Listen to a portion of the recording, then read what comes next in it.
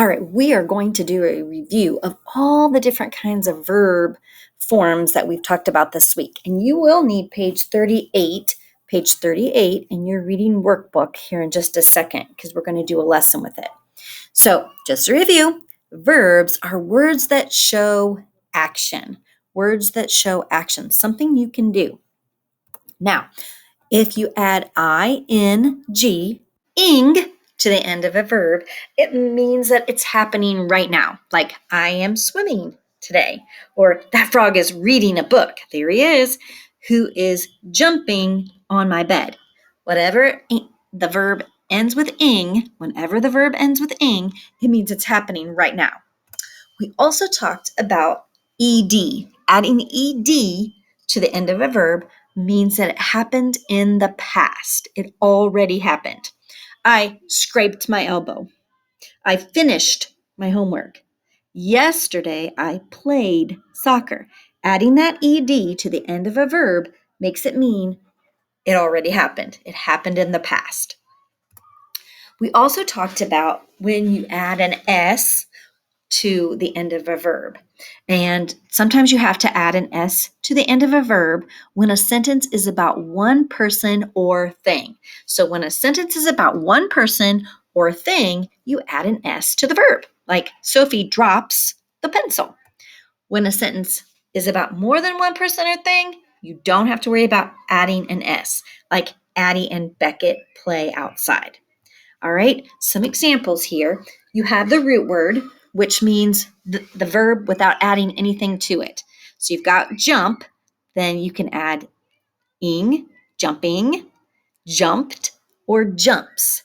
Those are all forms of the verb jump, and they would all be considered the verb in the sentence.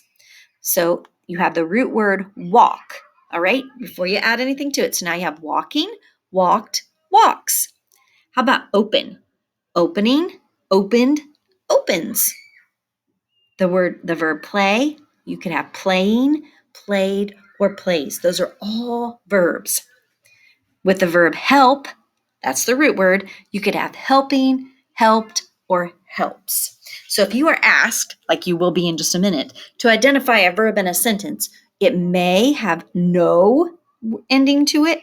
It may have an ing ending on it. It may have an ed, or it may have an s on the end. So let's take a look at page 38. Page 38.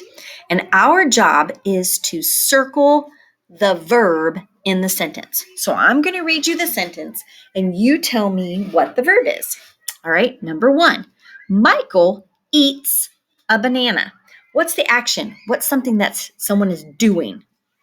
It would be the word eats. And we'll circle that up. And because Michael is just one person, we had to add an S to eat to make eats. Michael eats a banana. All right, let's look at number 2. Carla mailed a letter. Carla mailed a letter. What's someone doing in that? She's mailing something, right? So mailed a letter, that would be the verb in that sentence. Carla mailed a letter. She already did it. ED makes it mean she already did it. All right, so number 3, the boy paints a picture. The boy paints a picture. What is he doing? He is painting, right?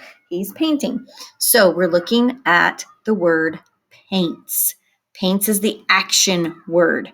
The boy, there's only one of them in that, so he's the subject. The boy is the subject.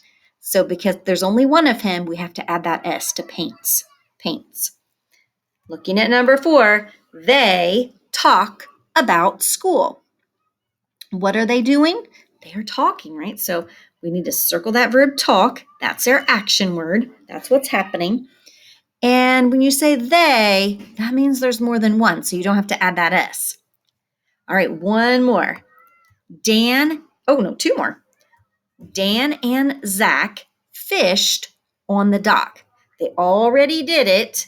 They fished. There's our verb. It's got the ed ending. It's still our verb.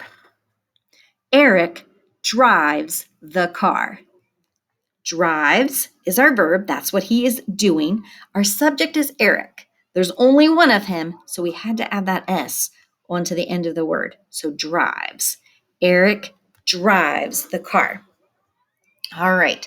So for your test this week, you will have to know how to identify the verb in a sentence, just like what we just did. You'll have to be able to identify the verb in a sentence.